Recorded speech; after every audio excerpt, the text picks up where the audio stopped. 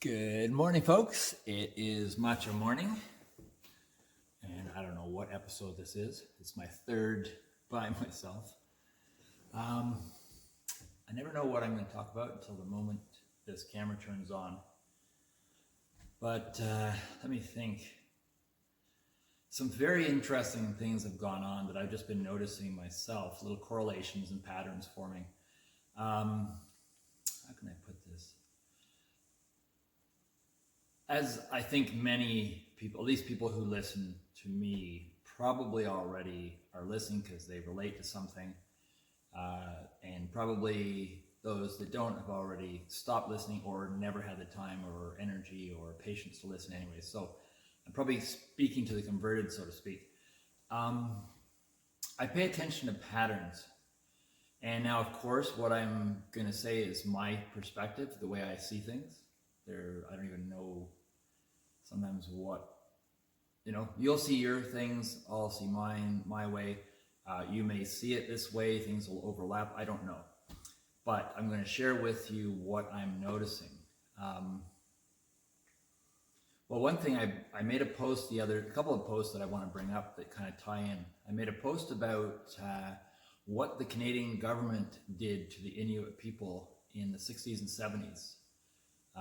And in a nutshell, just the overview, you can go and check it out on the same page that this is on, if you haven't seen it. But in the 60s and 70s, the Canadian government went and took the Inuit way out further into the territories so that they could claim more land. However that officially works, that's what they were doing. And so they forced the Inuit out there, lured them out there, I don't know exactly, with their dogs. That's the only way they got out there, with their dogs, because that was their way of moving around. Imagine if people just took your transit away and left you out on a little desert spot somewhere, no way to get back. So that's exactly what happened. The Canadian government, with the RCMP as their gophers, took the Inuit way, way, way out to where they normally never would be living at all. And then they shot all their dogs. Killed, slaughtered their dogs. Thousands and thousands of dogs were slaughtered. Now, has anyone ever heard about this since? Now, this is a fact. This is not conspiracy theory. This is none of that CIA invented bullshit. It is confirmed fact. You can check it out yourself, whatever you want to do. You can call up your MP. You can speak to Dorkhead Trudeau if you want. I know that's rude. Shouldn't be so opinionated, but come on. He's now siding with Bill Gates to find a way to push people into not having a choice about getting a vaccine coming up soon. So you watch this guy. He's a fucking loose cannon. And a real slut with the Bill Gates type folks. He'll sell you all out. Now, so this is what I posted about the Inuit and how the government ordered the RCMP, or I guess the RCMP was an extension of the government, had the RCMP slaughter all the Inuit's dogs and then leave the Inuit. So the government basically flew home in their planes and left the Inuit stranded. This is the government we have. And you could easily say, oh, well, that's different people now than then. No, this disease flows through the veins. It's like DNA. It's not something that you can just say, oh, that was then and this is now. That's only the 60s and the 70s. The 70s, I was already, well, depending on when in the 70s, I was born in 61. A friend of mine, an indigenous friend of mine, about the same age as me, was stolen, kidnapped. Him and his brother and sister were kidnapped from the reservation they were on around that time, probably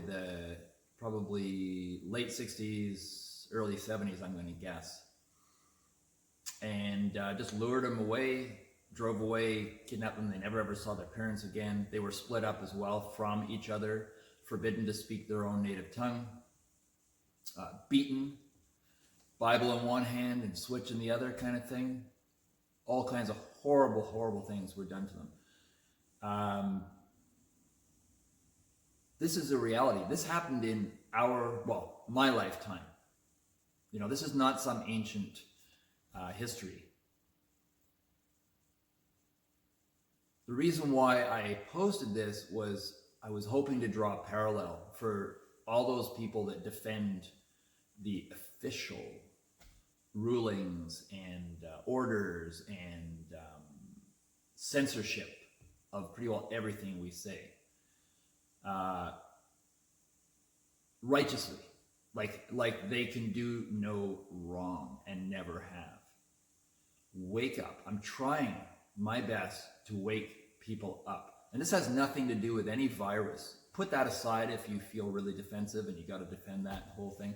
Put that aside. Just the fallout from this whole situation is what I'm talking about. Another interesting thing is, I never thought of this happening, but when I did post that article, the amount of Indigenous people from all over the place, all over Canada, jumped in and were sharing it. Some who knew, some who didn't know. Makes sense. They were getting pretty furious. This experience that you're having right now, this stressful time, is what they have and do go through day after day, their whole lifetime, and all the tensions that build up because of this, and family issues and stuff, because they're under this pressure all the time, and the worst part is most people don't even acknowledge it. So it makes them feel like they're not heard, they're not recognized, they're not noticed. And now, hopefully, the fact that we're going through a little fraction of that experience, maybe we'll start to understand, although I feel that there's a large percentage of people that never will understand. So I'm not talking to them, I'm talking to the people who are kind of hovering and unsure about things. Another one that I posted was about how in Mexico, under this, don't go outside thing, there's a rise in wives, girlfriends being killed by their husbands, intermarital stresses and violence. That has gone up. And I had some Yahoo say to me that I was wrong and this was happening already. This is, I don't even know if I should call that a subtle form of racism, but this is the kind of people that are being flushed up and flushed out right now. And I'm really glad, because they've been hiding in the bushes, in the shadows for way too long, and now at least we'll start seeing who they are. Makes me sick. It really makes me sick sometimes, that there's, I can understand the people that are getting a bit judgmental and freaked out, and I get them quite often on some of my posts, in the sense that I can feel it.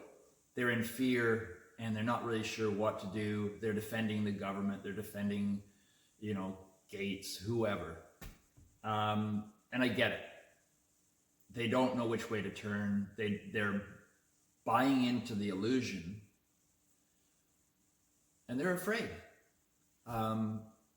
It's not comfortable for anyone, especially people like that. And there's a lot of aged people living on their own that are afraid to go out, even more so because they actually are health compromised. And then they hear stories about, I was speaking to one woman from Montreal, older lady, and she told me, she said, the hospital near me, she said, I can't go outside. I won't go outside because I'm health compromised. Her respiratory system especially. So she's shaking in her boots. She's afraid on her own. So any information out there that she hears, and she's believing, such as she believes that the medical personnel at the hospital near her have almost all died off from this virus. And then there won't be anyone to take care of the people who are dying from this virus en masse, and they'll have nowhere to go.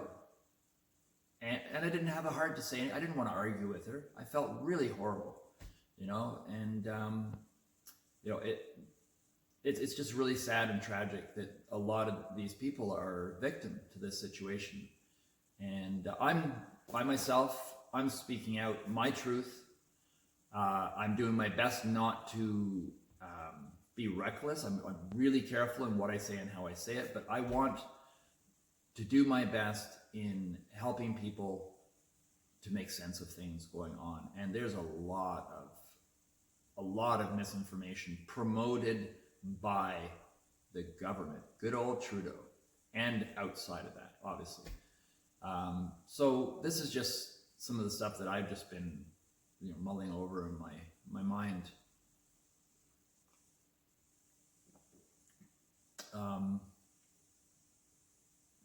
But it's interesting, through my posts, I probably lost a lot of friends. I don't really think they were friends anyways.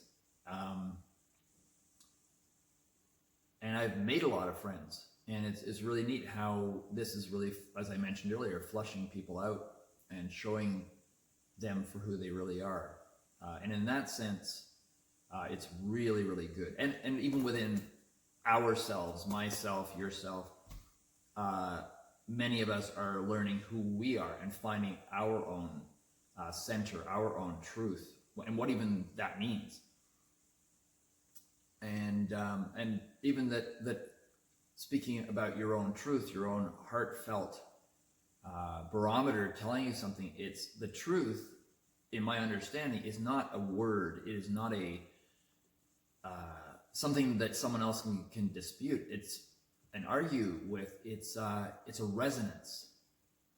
That inner truth is a resonance. It's a frequency. And when that frequency aligns with someone else, that's where truths pull us and bring us together. It's not a fact specifically, although facts can help align or misalign. I myself am I've always been drawn to nature, and I've always been drawn to a lot of natural things, and I find quite often the lure towards complexity is not necessarily an intelligent or a show of intelligence that we've been made to believe. Inventions that come up that are more sophisticated, more complicated, and things just break down easier and you depend on them more. I don't find that's a show of intelligence. I find the most intelligent things are the simplest possible thing that advances your ability to move through life and understand life. And I don't always see that happening. But I do feel that those things that are ultra complicated and sophisticated they tend, to me, when I think about it, they are things that, kind of like a carrot, there's a gift and there's something taken away in exchange for the gift, unspoken, but that requires your tacit approval. Makes me think of, what was it? True Blood, about the vampires and stuff. But the vampires could never come into your house unless you agreed they could come in. But quite often they could trick you into agreeing without you realizing that you were agreeing. And then they could come in. And I think that's how this world runs. There's everything that goes on. If it happens in some way, you've agreed to it. And that's the trick. That's the carrot. But the other, like I was mentioning earlier before I kind of went off track a bit, the other, what I find a form of intelligence is in an invention or discovery, is something that's actually really simple. In fact, the more you can simplify something that works, the better. And that includes medicine. If you go into indigenous forms of medicine and wisdom, where they're connected to the earth, connected to the planet, their idea of health and healing and medicine is very, very different than our modern big pharma form of medicine, which is largely motivated by intimidating, ruling over, and I don't know, kind of a shock treatment of building. You know what? It's kind of like.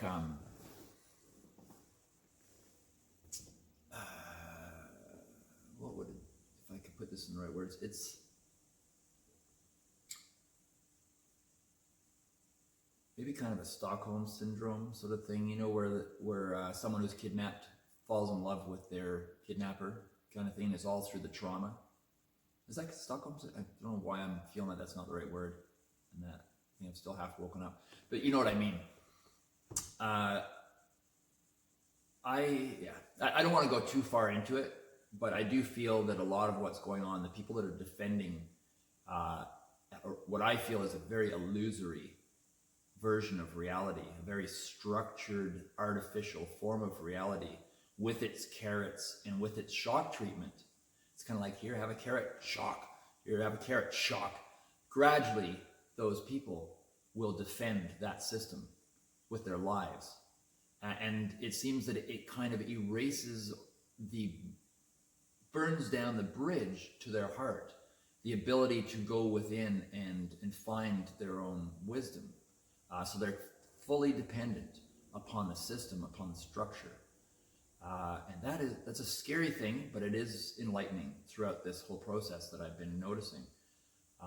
And it's interesting that what I see happening is, as far as misinformation, quote unquote, and that doesn't mean that it's a lie or anything, like real misinformation. I see what's happening is those that are ruling over create fog, create dust storms, create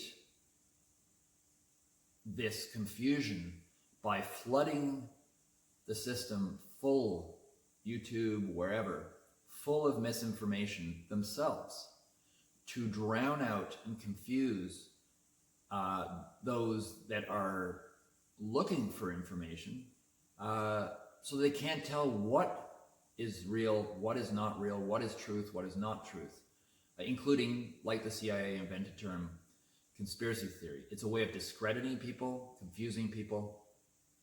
You try losing, the winter before last, I lost my pair of glasses out in the barn in the winter. So there was thick, heavy snow. There was tons of hay where I lost my pair of glasses, and I could not find those glasses. I looked for about a week, day after day, going through that hay and scuffing my feet through the snow. Found them in the summer all broken up. I feel that's what it's like trying to find the right information if you don't know how to connect to your internal GPS.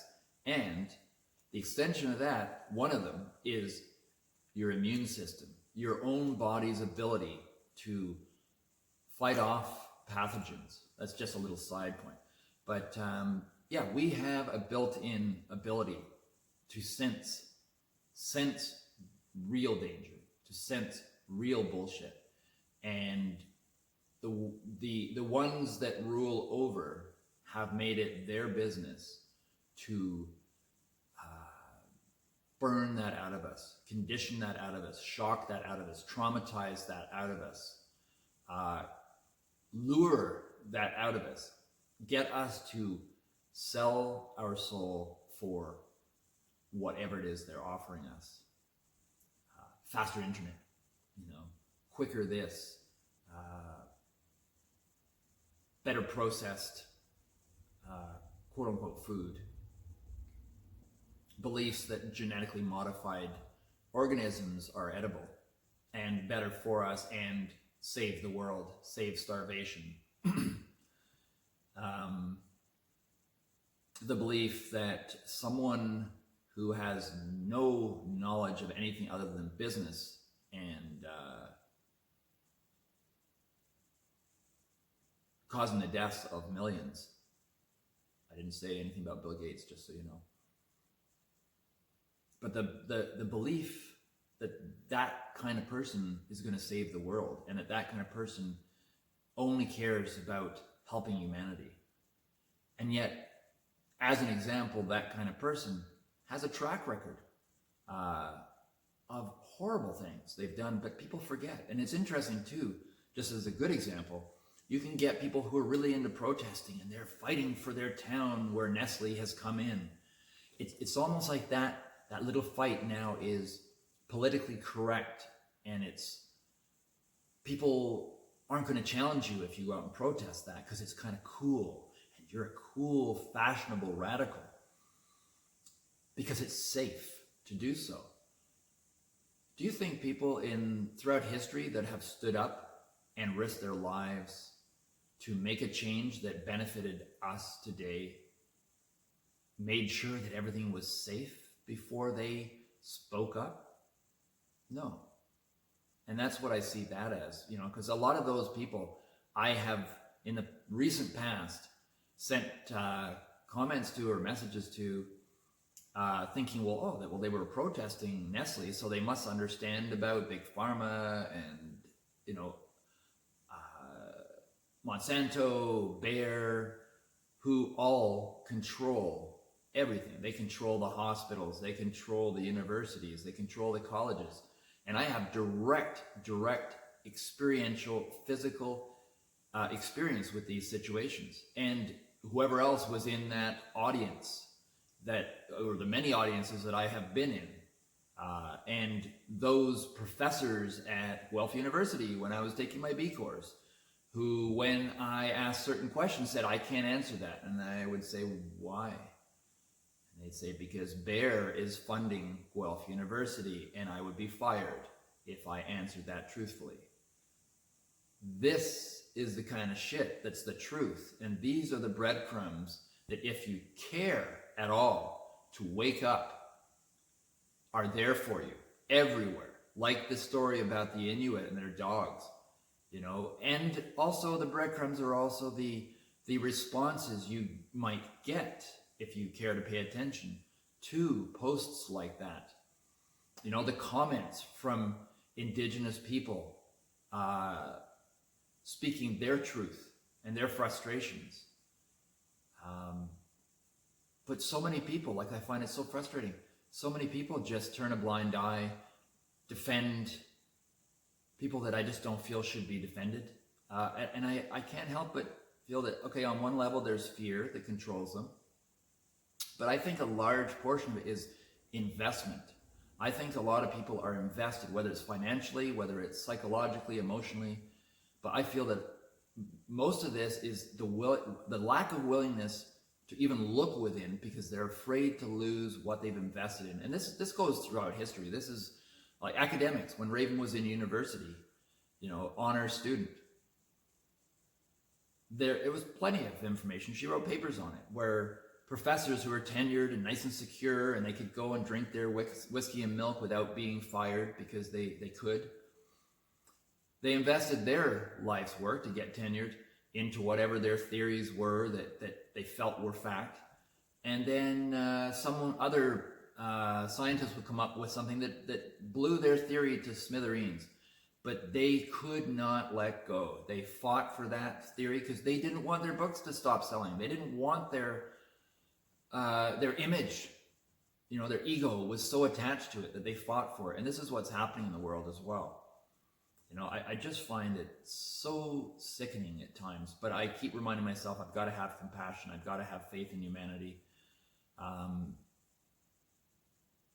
And I have to push away that little program within myself that says, oh, you're being a troublemaker. You're being a whatever, and you're going to lose favor or lose friends and stuff. And I have to, my inner compass says, let go of that voice. It's not your voice. It's been programmed into you. I mean, I'm a fully recognized and aware person as far as how I've been programmed over the years. And it's been a real tough time deprogramming. I got programmed by my abusive father right from when I was born. So I know what that's all like. And then I lived in a little town, and I guess people, word gets out in a small town. And I guess parents all knew about my father as a horrible, abusive person. And they would tell their kids, oh, don't go and play with his kids.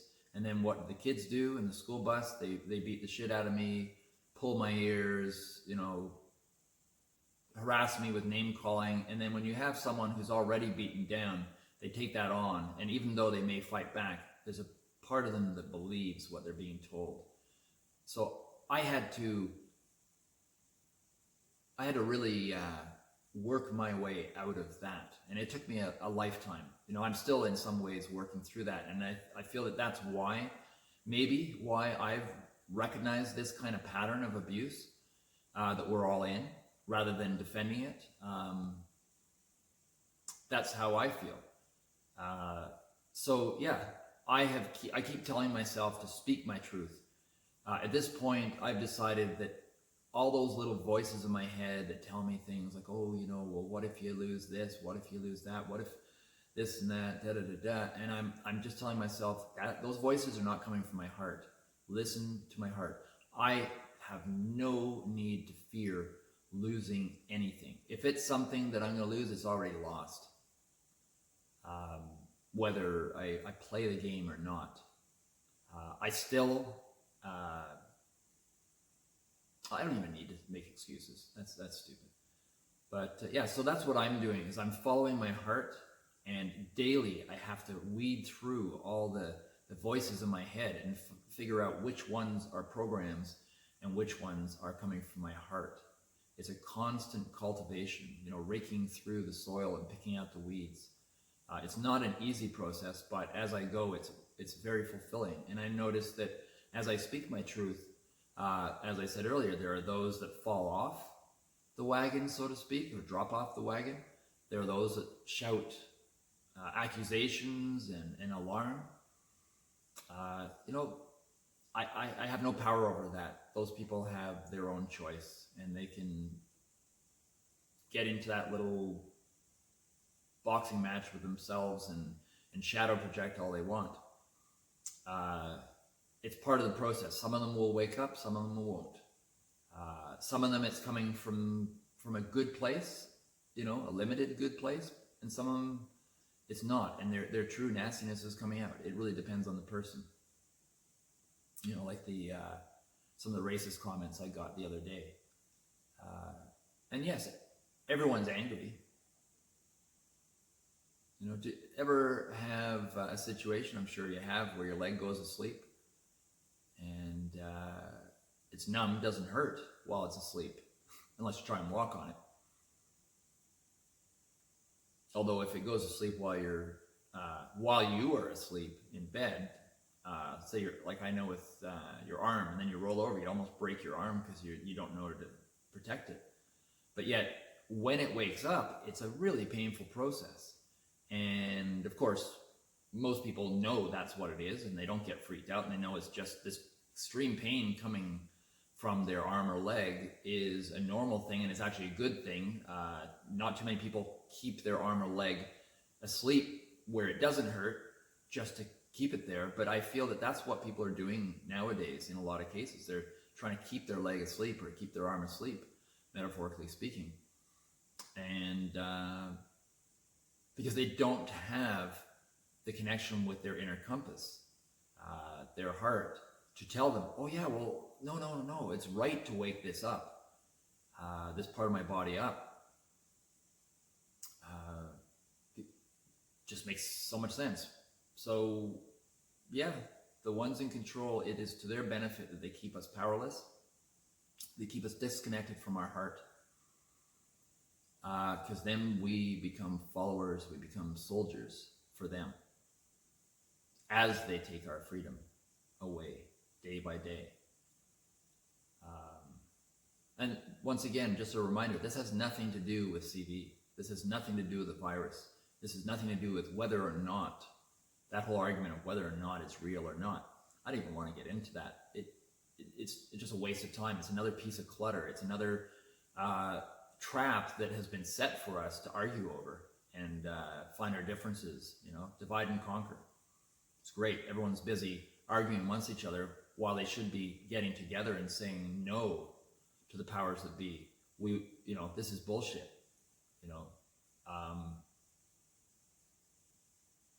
Strange times we're in, but I feel that they're very, very good times, because if you are willing to face your fears, a lot of amazing things can come out of this. And once again, to emphasize, for me, saying face your fears has nothing to do with you agreeing with someone about virus versus no virus, or what it is, what it isn't, and all that stuff. Nothing to do with it at all.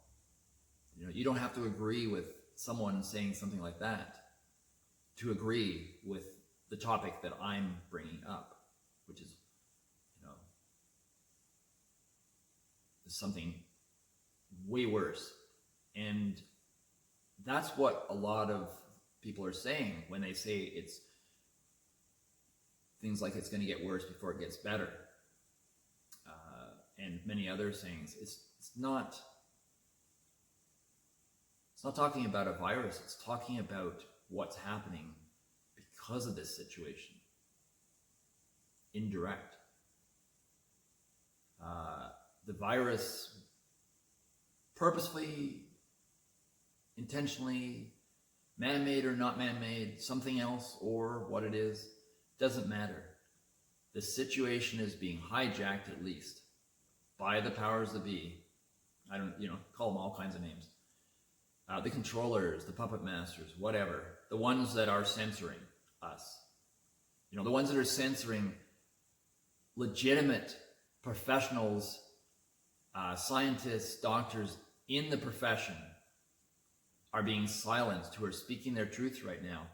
I can't believe how many things I've shared on Messenger that have been just censored, just blanked out.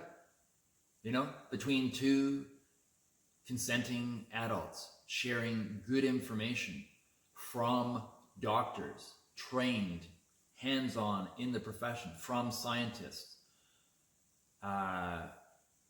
This is fucked.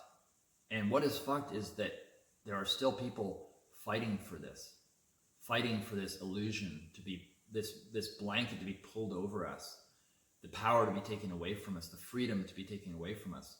In exchange for what? In exchange for what? It's a joke. I just hope those that never get out of the program, in a way I kind of hope they never realize what they're locked into, because that would be horrible. I hope they stay in their illusion. I hope they keep eating the steak that's not real. For those of you that watch The Matrix. I'm not really sure what's going to happen after all this.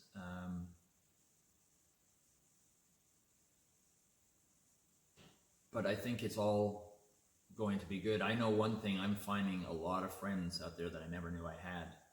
And I'm learning that a lot of people that I thought were friends were not friends. And the wolf in sheep's clothing. That's more like it.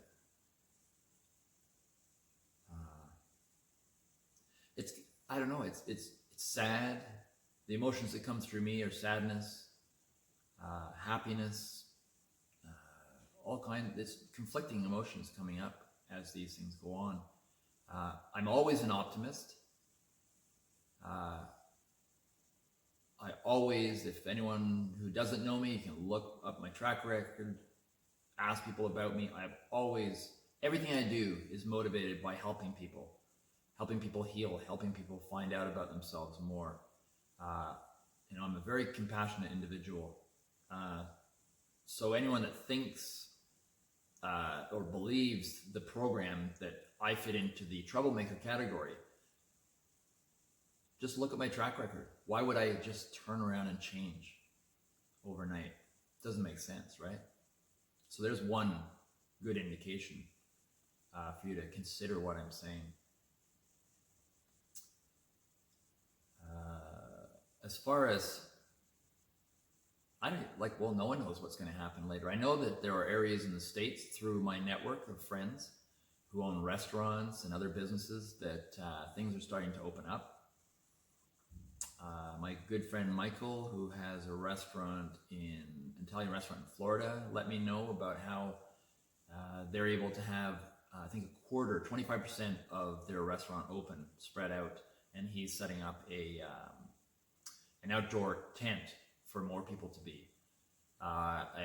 Actually, a lady on the phone, when I got called about some money, $29 I owed for my internet service, got chatting with her and talked for about half an hour. And she said that in New Brunswick, her family is now able to, I think they had 15 people in all of New Brunswick who, as far as the records show, tested positive. Weren't sick necessarily from CB, but tested positive The rest of the information I don't really know. For CV, but all of them were fine. So at this point, they're allowed to have what she called a bubble family, where they could choose, like maybe it's grandparents or something, but they could have one family that they could interact with and hug and hang out with and stuff, which she was saying was phenomenal for a granddaughter, because she said when her granddaughter hugged her grandpa for the first time after all of this, everyone just burst into tears. It was just such an emotional thing. And that was really wonderful. Even the fact that I chatted with someone who called to let me know I owed money. And I ended up having this really wonderful conversation with, and she let me know as well how there's some really weird shit going on that she doesn't agree with and doesn't trust, and that there's, you know, this whole censoring thing she doesn't agree with. And this is a mom of a family, like an average family, no conspiracy theorist or anything. So people are waking up, and that's a wonderful thing. I feel so good that the blood circulation is coming back to certain areas, at least in our country here and in other countries as well, like in Florida and so on. But whoa, some of the nasty people that I guess just hid in the shadows before, now it's like their nastiness is coming out. Maybe that's a good thing about fear as well, is that those that have it in them aren't able to hide it anymore in situations like this. So it's kind of like a truth serum in some ways as well. You get to see patterns that you didn't see before. But as far as what I have been known for, tattooing as a healing process, that that's the only reason why I became a tattoo artist. I never really, not that I have no problem with other forms of tattooing, other attitudes and approaches to tattooing, but the only thing that drew me into tattooing was very much inspired by ancient cultures and indigenous practices and cultures, where it was very, very connected to a more medicinal form. Now, that term medicinal, connected to tattooing from ancient cultures, is a term that an anthropologist used when I talked to him on the phone one time, from the ROM, when I had Eric Rema, who is a Viking-inspired Norwegian tattoo artist, does a lot of hand poke tattooing the way I do, or similar to, and has very similar beliefs and feelings to me. And I got him a place to speak during the Viking exhibit a couple of years ago. And I spoke to an archaeologist or an anthropologist, I can't remember now, forgive me. And he said that the term connected to that approach to tattooing, that usage, that understanding, the term was medicinal. So that's a academic sanctioned term in this case. So I have no problem using it myself, connected to how I work. And the reason why I was just mentioning this is because I've been thinking, well, I have no idea when this whole thing opens up, if my work is going to be less in demand, maybe because I know people's finances are really shaken. A lot of people are losing jobs, losing their houses, losing their businesses. This choice of how to deal with this fear, right or wrong, not going to judge anything. But yeah, the fallout is pretty extreme. So I have no idea if I have a job after this, or at least a job enough to keep me paying my bills. And I was having quite a challenge before, which is why I was driving to Toronto. But yeah, I don't even know if I was willing, hypothetically was willing to drive into Toronto again. And I'm not, because I don't have a place to work out of, and I don't know if I'm going to get the request anyways. So I'm not really quite certain what I'm going to do yet. But I have chosen, I mentioned it in an earlier talk, I have chosen to, very seriously thought about it, chosen to not find a home halfway between here and Toronto like I was planning before, so that I could have people just drive hour and a half to 2 hours to get their tattoos and make it much easier. And I realized that I'm really compromising my whole life, my whole self, my whole world, just for the possibility of making it convenient for others to come and get their tattoo. And they may not come. And there I am sitting there with a giant mortgage that I would take on to move that much closer. And no guarantee that someone's going to come anyways. And I thought, no, I'm not doing that. I'm not letting go of the wonderful connection I have to the earth out here. And the only thing that wasn't working was the fact that, number one, I had taken on too much in the big house that I had taken on to carry comfortably. And I realized all I need to do is reduce my debt, my responsibilities, so to speak, by selling this house that I was going to do anyways. But rather than moving closer and basically paying the same price for a home on 2 acres, a small home on 2 acres, as I paid for this big place on 135 acres, I can just take a small piece of this land, sell the rest, which is what I'm doing, and then renovate the old barn that I have for a fraction of what it would, for basically the down payment that I was going to use on a place closer, go completely off grid. And I have the most amazing off grid specialist, solar specialist ever. Like, go figure that one out. Like, how lucky am I? Do these things just fall into place by accident, or am I being guided? Sometimes I wonder. Because I tell you, things fall into place like you wouldn't believe. Just even that post I did on the Inuit dog, I wasn't looking for it. I actually went on YouTube and I was just scrolling around, surfing, and just wanted to distract myself from all the stressful thinking that I was going through. And I love dogs among other animals, and I just went on to this video that was speaking about the Inuit dog. And I love, well, anyways, don't need to go into that. But so I went on for distraction, and this story just, it was very tragic, and I saw the parallel, and I thought, for all the people out there who are in denial that those in power could ever possibly not have your best interest in mind, this is a good wake-up call. And this is one example of many. And I asked my friends out there that were like commenting in a positive way about this article that I had posted, Indigenous or not. I said, if any of you have other stories to share, I believe now is the time to share these stories. You may not have shared them before because no one was listening, but I think there's a portal opening. I kid you not, there's a portal opening, which is why I'm working on all the things I've been working on art-wise, for healing. The carved pumpkin, clearing the energy for healing. Then the polar bear medicine skull for healing, the whole medicinal healing aspect of things, and the link to indigenous cultures and to more polar bears in Canada than anywhere else, if people don't know that. But the metaphorical, symbolic, real, everything in that.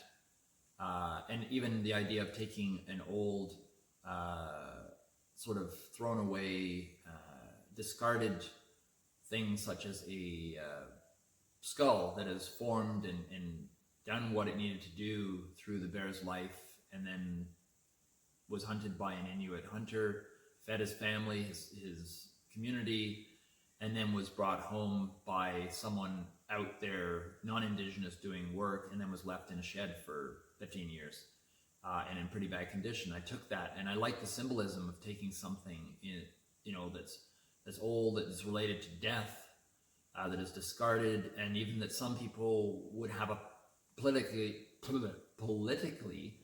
would have an issue with. And I thought, this is the greatest opportunity, the pivotal point for a transformation to work, is to take something like that's related to death and turn it into life, and turn it into something that activates and wakes people up and heals people, and to show the reverence and respect for that being that it once was, and the connection that it makes on so many levels.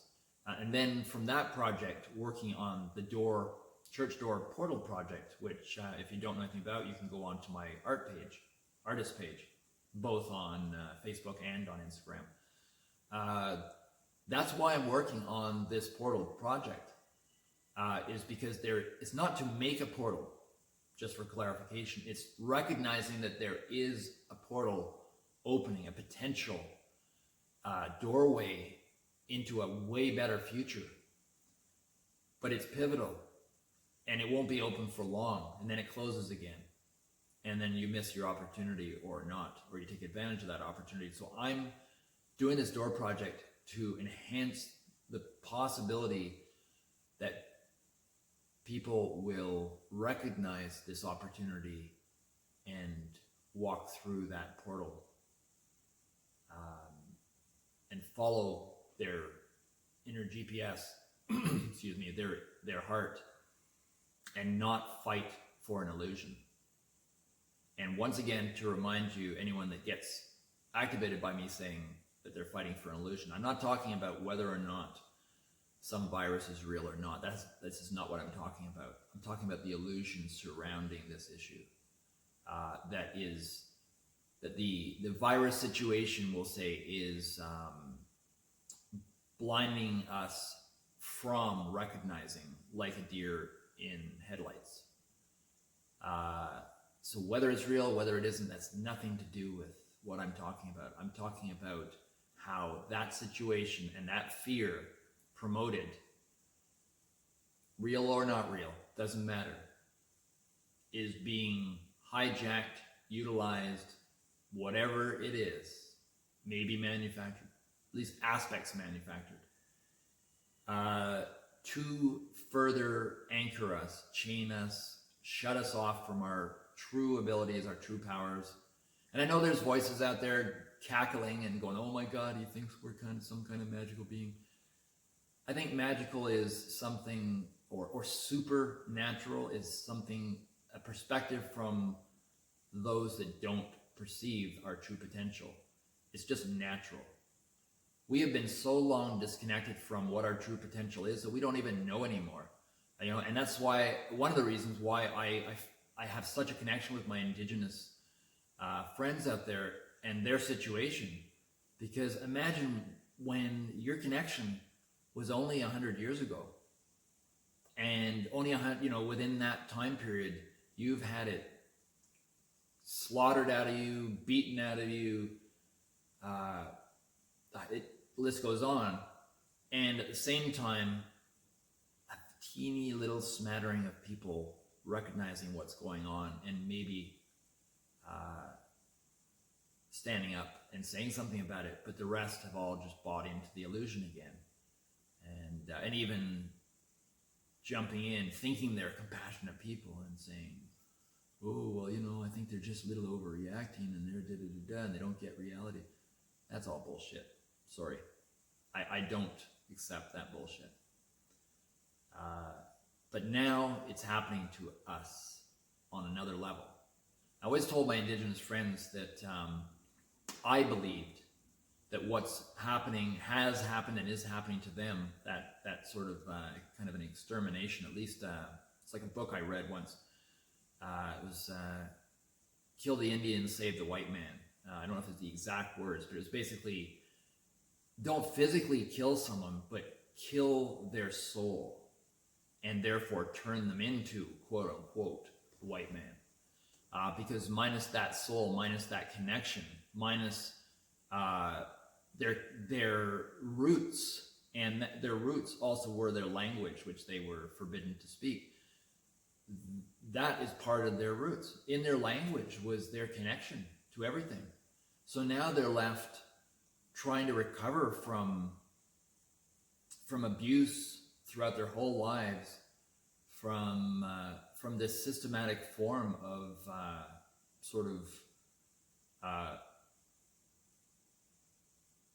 root sterilization, heart sterilization, and yet they're still hanging in there and still fighting for their truth and their rights and their identity, regardless. So I always felt that I didn't want to offend anyone, but I would say, well, not to take away from your concerns and your very real situation, But I believe that that is part of the bigger picture, which is attack on all of us. I just think that the white people, the colonized already, and the colonists have already had this done to them from a way back. So they're already, Monsanto, metaphorically speaking, Monsanto seedless, rootless plants, monstrosities, just like the factory chickens and the factory pigs and designed to be as close to brainless as possible under the guise from the compassionate farmers that, oh, well, this way they don't suffer as much. If they can't think, they don't know how to forage, they're not going to try and break out of their pens. This is the truth for animals, an aspect of it. Also for higher milk production and higher this and higher that. So they die faster, the food they're fed is killing them, but yet they're not kept alive long enough to ever find out. These are all truths, by the way, for any of you that are freaking out thinking I'm just babbling on. But I see the parallel between the whole animal husbandry thing and the whole attitude that we're being sold on. I see the parallel with that in ourselves, and I think that's why a lot of us do not recognize this, because we are like the academic who's invested his whole life in his work and then finds out that it's wrong and won't let go. So he will fight for his whiskey and milk, for his tenured position. And that's what I see people doing right now, under the disguise of fighting for the perception, right or wrong, of people dying of a virus. They just don't get it. They're blinded by the headlights, by fear. And once again, to clarify, that has nothing to do with the argument of whether this virus is real or not, and what it is and what it's, that's aside from that. We are having our freedoms taken away day by day, and this time globally. Like, is that not enough to alarm people? It's kind of freaky, and so it's no surprise that my indigenous friends get it. They don't have to be convinced. They're on board. They know, they've gone through this before. They've been working this, and the more radical amongst them are, because they're just like anyone, human beings. There are some that have conformed more than others, and then there's tensions in the community as well that I don't know a lot about, but I'm just aware of from the peripheral. But yeah, so it's no surprise that so many indigenous people are right on board. They know what's happening. They know what's going on because it's been happening to them nonstop since they were born. So hopefully this message is taken in the spirit that is meant. And this makes sense, and something of what I'm saying comes clear. If not, there's nothing I can really do about it. But at least acknowledge that this message was sent from my heart, from a place of love and compassion for my fellow person, and with the hopes that healing is happening on this planet as we speak, regardless of this war on us, on our souls, that's happening, because we can beat it. If we do not give our approval, it can't happen. It's just that if everyone just gives their approval, then of course it's going to happen. So question things. Aside from, what? And I would recommend that you question a lot of things that are being put up all over the cities, everywhere in the world right now, as we're in lockdown. And it has to do with the number 5 and a letter, A, B, C, D, E, F, something, H, I, J, if you get my drift. And I'm not going to say anything about it, but I'm just going to say, pay attention and ask yourself, why is this stuff getting set up while we're locked away? It's kind of suspicious, don't you think? Why is Elon Musk having hundreds, possibly thousands of satellites flown up into space while we're in lockdown? Why is Elon Musk, why has he, and you can check this is official, this is not taken out of context from his own mouth. He has a machine, a robot already made, because human surgeons cannot do this kind of a precision, that can and will and have already, or else it wouldn't be made, probably on tons of animals first. Pretty nice, to neural thread our brains. Yep, this is the facts. And the way he's convincing people that it's a good thing, if you don't get lured in by the idea that you can jack yourself into virtual reality, like all the young kids will go for it, and for those that don't buy that, the story is, well, we can heal mental illness. Bullshit. Mental illness is the furthest from people's awareness and ability to heal as it is. And half the time, a lot of the mental illness is from the world we're in that's causing it. And they're just going to amp up the situation with the 5 whatever and every other toxicity known to man, and then say, well, yeah, but our neural threading will heal it all. God, we can't even stop our computers from crashing.